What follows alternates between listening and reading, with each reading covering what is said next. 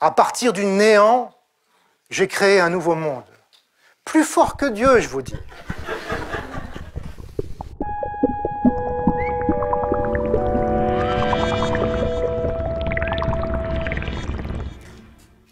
Mais dites-moi, est-ce que vous connaissez le théorème de Pythagore? Bien sûr. Dans un triangle rectangle, le carré de l'hypoténuse est égal à la somme des carrés des deux autres côtés. Et est-ce que vous êtes sûr qu'il est vrai? Bah, bien sûr. Mais pourquoi est-ce que vous êtes sûr? Bah, parce que je l'ai appris à l'école. Et vous croyez vraiment ce que vous disent vos professeurs? Ben, mon professeur de maths, il me l'avait même démontré. Et vous vous souvenez de cette démonstration? Ben, c'est dans les livres. Mais réfléchissons un peu à ce qu'est une démonstration. C'est une suite d'arguments implacables qui vont d'une hypothèse, supposée vraie, jusqu'à une conclusion. Si vous voulez démontrer, par exemple, le théorème de Pythagore, il faut bien que vous partiez de quelque chose, je ne sais pas moi, le théorème de Thalès, par exemple. Et du coup, le théorème de Thalès, pour le démontrer, vous devrez partir d'autre chose. Et c'est un jeu sans fin. À un moment ou à un autre, il faut bien partir d'une vérité qu'on affirme vraie et qu'on ne démontre pas. C'est obligé. C'est ce qu'on appelle un axiome. Alors vous me direz, en quoi les axiomes sont-ils vrais? Alors il y a plusieurs sortes de mathématiciens. Il y a ceux qui disent qu'ils s'en foutent, que la seule chose qui les intéresse, c'est la cohérence des axiomes, et ce qui les intéresse, c'est l'argument, la démonstration, la suite des arguments logiques. Voici par exemple une démonstration célèbre que 1 plus 1 égale 2, vous voyez, c'est écrit en bas, page 379 d'un livre de Russell et Whitehead. Mais d'autres mathématiciens considèrent qu'un axiome est vrai s'il correspond à ce qu'on voit ou qu'on ressent dans le monde sensible, s'il rend compte de la réalité. Vous voyez, en ce sens, à travers les axiomes, les mathématiques entrent en contact avec le monde réel, avec la physique en quelque sorte. Alors, prenez l'exemple de la géométrie. Vous savez, la géométrie qu'on apprend à l'école, avec les cercles, les triangles, etc., etc. Il y a plus de 2300 ans, Euclide a compilé un livre merveilleux, Les éléments de géométrie, dans lequel il a mis toutes les mathématiques de son époque. Bien entendu, il avait besoin d'axiomes. Alors, je ne vais pas vous les décrire tous, mais il y en a qu'on n'a pas vraiment envie de discuter, comme par exemple, deux quantités égales à une même troisième sont égales entre elles. Et puis, il y en a un qui a posé un petit problème, c'est le cinquième. Alors, voici. Vous prenez une droite dans le plan, rouge, un point bleu extérieur. L'axiome affirme qu'il existe une droite bleue parallèle à la rouge qui passe par ce point bleu et il n'y en a qu'une seule. Évident, n'est-ce pas? C'est même pas la peine de le démontrer, c'est un axiome. Eh bien, pendant des siècles, personne n'a discuté de cet axiome. C'était évident. Alors voici un exemple. En 1196, Maïmonide écrit « Même Dieu, bien qu'il soit tout-puissant et qu'il jouisse d'une liberté infinie, n'aurait rien pu créer qui aurait contredit la logique d'Aristote ou la géométrie d'Euclide. » Vous voyez, le mathématicien plus puissant que Dieu. Kant lui-même enseigne que la géométrie euclidienne fait partie de notre esprit, que nous l'appréhendons de manière naturelle, de manière innée. La géométrie euclidienne est dans notre cerveau. Mais quand on y pense un peu au parallèle, mettez-vous à la place des Grecs anciens. Vous savez, les Grecs anciens imaginaient le monde comme un monde fini, limité par une sphère, la sphère des fixes, sur laquelle étaient accrochées toutes les étoiles. Alors si vous prenez deux parallèles qui ont le malheur d'aller se couper au-delà de la sphère des fixes, ils ne se coupent pas, puisqu'ils se coupent en un point qui n'existe pas. Vous voyez que le concept même de parallèle, vous avez appris à l'école primaire, deux droites sont parallèles si elles ne se coupent pas. Ce concept de droite parallèle présuppose l'infinité de l'espace, présuppose quelque chose que les Grecs eux-mêmes n'acceptaient pas. Alors il a fallu attendre le début du XIXe siècle pour que 3 mathématiciens, et je dirais 3 esprits libres, osent remettre tout cela en question. Gauss, Bolyai, Lobachevsky. Ces 3, de manière totalement indépendante, à peu près en même temps, ont le culot, ont la hardiesse de poser un axiome qui est différent de celui d'Euclide. Par un point prieur d'une droite, ils posent l'axiome qu'il existe une infinité de parallèles à cette droite. Et ils construisent une géométrie tout aussi belle que celle d'Euclide, tout aussi cohérente, tout aussi riche en théorèmes, et dans laquelle le théorème de Pythagore n'est pas vrai. Regardez ce que Bolyai écrit à son papa. À partir du néant, j'ai créé un nouveau monde. Plus fort que Dieu, je vous dis.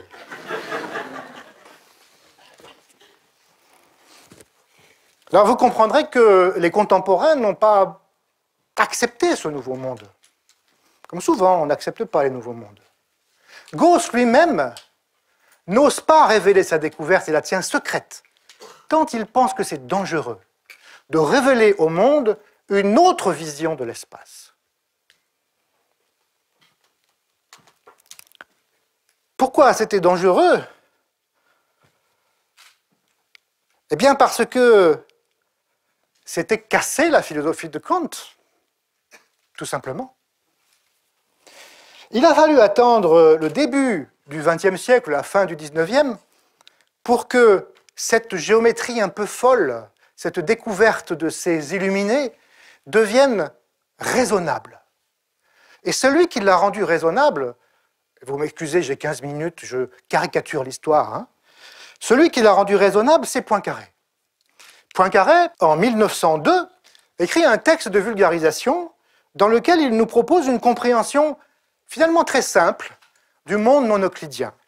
Voici ce qu'il écrit.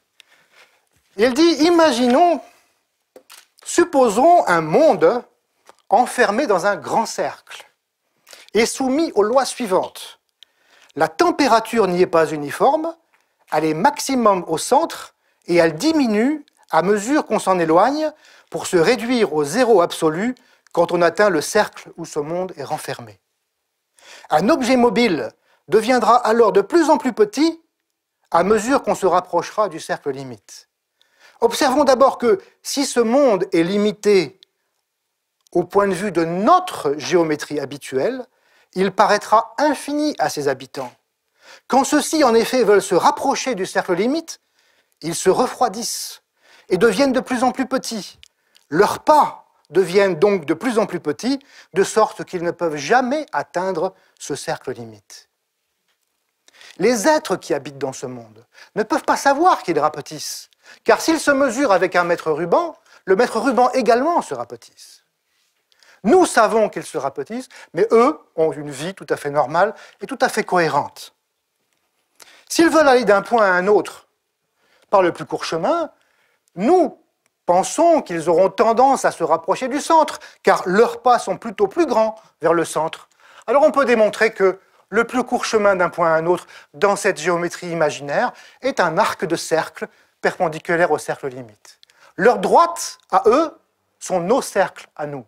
Et vous voyez que dans leur géométrie, l'axiome d'Euclide n'est pas satisfait. La droite rouge est parallèle à la droite verte, mais la droite bleue l'est également. Il y a une infinité de parallèles qui passent par un point.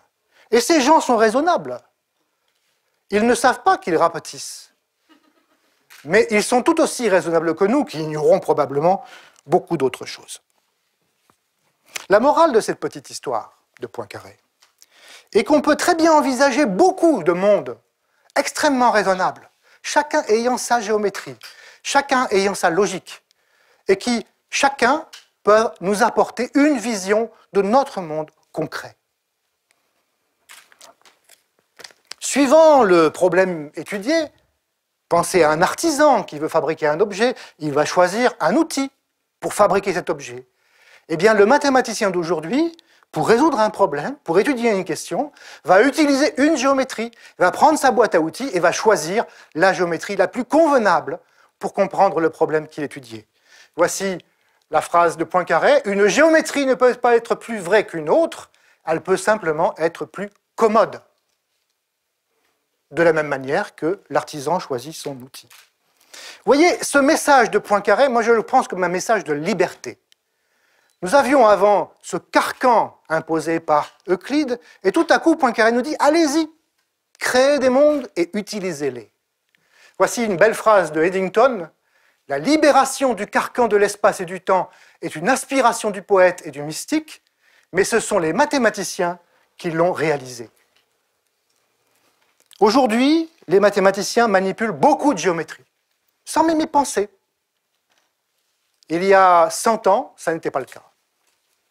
Ce que je trouve intéressant, c'est que ce souffle de liberté proposé par les mathématiciens n'a pas tardé à sortir du monde des mathématiques. Évidemment, je pourrais vous parler de Einstein, qui très rapidement a compris qu'on peut allier espace et temps dans une géométrie nouvelle qui n'est pas la géométrie euclidienne. Mais ceci est également sorti du monde de la science. Et par exemple, les artistes s'en sont emparés au début du XXe siècle de manière assez extraordinaire. Tout à coup, on leur disait « Vous n'êtes plus obligés de suivre les cours de perspective qu'on vous a imposés à l'école des beaux-arts. » Voici, par exemple, un tableau de Max Ernst, 1942, dont le titre est « Jeune homme intrigué par une mouche non euclidienne ».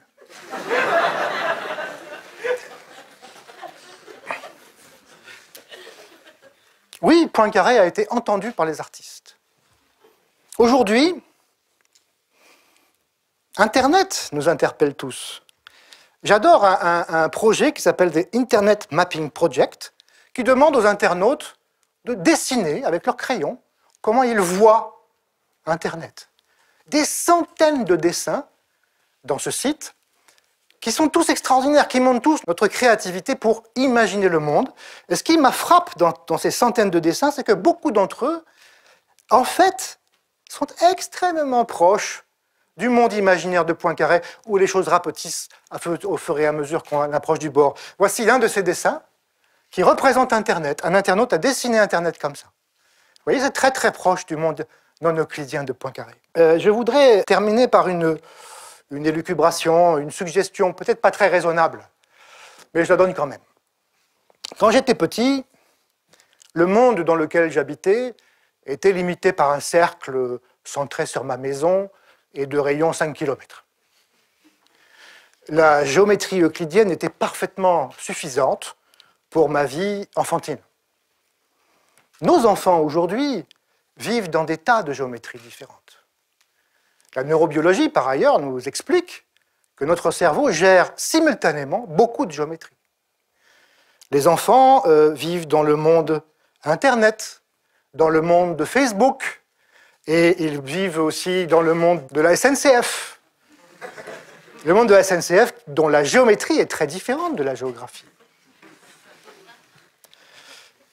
Je pense qu'il ne serait pas inutile d'apprendre à nos enfants à l'école un peu de cette géométrie des grands réseaux, d'apprendre à nos enfants que la géométrie du plan, avec son pauvre théorème de Pythagore, n'est pas aussi utile qu'on le pense.